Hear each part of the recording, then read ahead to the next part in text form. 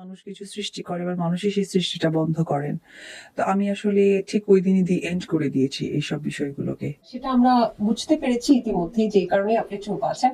তারপরেও হয় না যে জনগণের বা ভক্তদের একটু জানার আগ্রহ থাকে যে এই যে বুবলি আপু, চিত্রনায়িকা বুবলি 11টা ছবি দিলেন শাকিব খানকে নিয়ে, তারপর কিন্তু ভক্ত মনে আগ্রহ থাকলো যে অপু বিশ্বাস কেন চুপ করে আছে, অপু বিশ্বাস কি তাহলে হাল ছেড়ে দিল, অপু বিশ্বাস কি কষ্টে বা খুব কষ্টে চুপ না, করে আছে, ভেতরে চাপা কষ্ট নিয়ে হাসি মুখে। না, নট রিয়েলি ঠিক। এটা হচ্ছে হাল ছেড়ে দেওয়া, হাল ধরার তো কিছু নেই।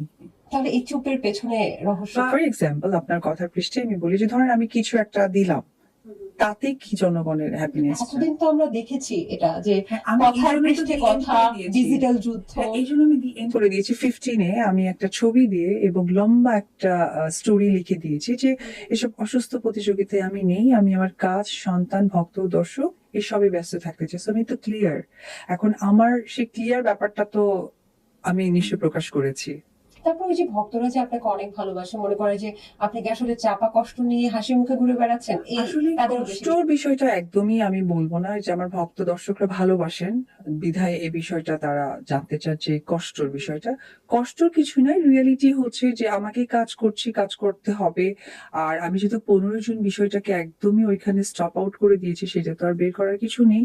আর যেহেতু এখানে সবকিছুর ঊর্ধ্বেই কিন্তু যে সাইড থেকেই বলেন না কেন, মানে এদিক ওদিক যে সাইডটাই বলেন, বাচ্চাটা কিন্তু মোর ইম্পর্টেন্ট। সো এটাই কিন্তু হচ্ছে কি একটা অনেক বড় একটা সেতু বন্ধন। সো এটা তো আমরা চাইলেও কেউ কোনো সাইটে কেউ অফ করতে পারবে না।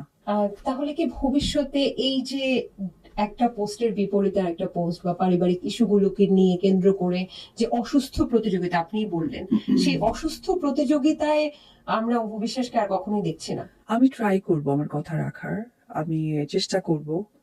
যতক্ষণ পারবো আমি অফকোর্স পোস্টটা আমি নিজেও বারবার পড়ে ওটাকে ট্রাই করব। তার মানে নিজেকে ধরে রাখার চেষ্টা করছেন। ধরে রাখার চেষ্টা করছি না, আমি চেষ্টা করছি যে আমি যে কথাটা লিখেছি সেই কথাটা যেন রাখতে পারি।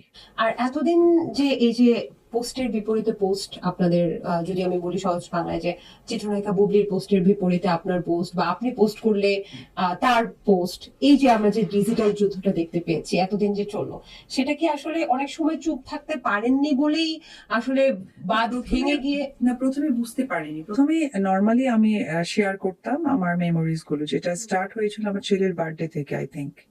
হয়তোবা আপনারা সোশ্যাল মিডিয়ায় দেখে থাকতে পারবেন, যেটার জন্য উনি নিজেও অনেক ট্রল হন। তো আমার ছেলের বার্থডের দিনেই আসলে ফার্স্ট টাইম ওর পরিবারকে নিয়ে ওর একটা বড় বার্থডে হয়। আমার ছেলের ফ্যামিলি সবাইকে নিয়ে একটা সুন্দর মেমোরিজ তৈরি হয়। সো এই মেমোরিটা দেওয়ার পরেই আনমেমোরিজ কিছু কাজ চলে আসে। তখন তো আসলে আমি উপবিশ্বাস থেকে ইম্পর্টেন্ট, আমি একজন মা। উপবিশ্বাসের থেকেও আমার কাছে অনেক বেশি প্রায়োরিটি মনে হচ্ছে আমি একটা মা। কারণ একটা নিষ্পাপ মানুষকে নিয়ে আসলে এই ধরনের বুলিং করার তো কোনো মানে হয় না। তখন আমার মনে হয়েছিল আচ্ছা ঠিক আছে, যে মেমোরিজ গুলো আছে সবসময় আমি দিব। তো এটা প্রায় অনেক বছর হয়ে গেল যে জিনিসটা হয়তো, তখন একটা পর্যায়ে গিয়ে আমার মনে হলো লাস্ট যেটাতে আমি স্টপ করলাম সেটা হচ্ছে একটা ফাদার ডে ছিল। খুব ভালো একটা মেমোরিজ হয়েছে, কারণ আব্রাম 4-5টা গান শিখেছে হারমোনিয়াম বাজিয়ে। তো তার এক্সাইটমেন্ট অন্য লেভেলের, মানে গান শিখেছে মানে এখনই হারমোনিয়াম নিয়ে চলো, আমি এখনই গান শোনাতে যাবো। খুব স্বাভাবিকভাবেই আমরা আমার মাদের কাছে যে জিনিসটা আগ্রহ দিতাম যে না, একটা ভালো কিছু শিখে ফেলেছি, এখনই আমার দেখাতে হবে, টাইম ওয়েস্ট করা যাবে না। তো আমি এইরকমই একটা মেমোরিজ আমি শেয়ার করি। এরপরে যে মেমোরিটা আসে, যেটা আমার কাছে খুব খারাপ লেগেছে। কেন খারাপ লেগেছে? কারণ যে মানুষটার মেমোরিজটা আসে তার মানে কিছু ওয়ার্ড, যেমন একটা কথা খুব ভাইরাল হয়েছিল যে সে বলছিল যে আহ, মানে স্টারকে একটা তামিল ভাষায় যে বলা হয় থালাইবা। তো এটা একটা কেমন না অকওয়ার্ড একটা ওয়ার্ড। তো পরিবারের মানুষ হিসেবে জিনিসটা আমার কাছে একটু মনে হয়েছিল যে আমি কি মানে বেশি জিনিসটা তাকে ছোট করার চেষ্টা করছি। আমার তো মেধা বুদ্ধি আছে এবং সেই মানুষগুলোর সাথে তো আমি অনেক পুরোনো ভাবে মেশা। ওই মানুষগুলোকে তো আমি খুব পুরোনো ভাবে জাজমেন্ট করেছি, পুরোনো ভাবে ভালোবাসা পেয়েছি, পুরোনো একটা রেসপেক্ট পেয়েছি।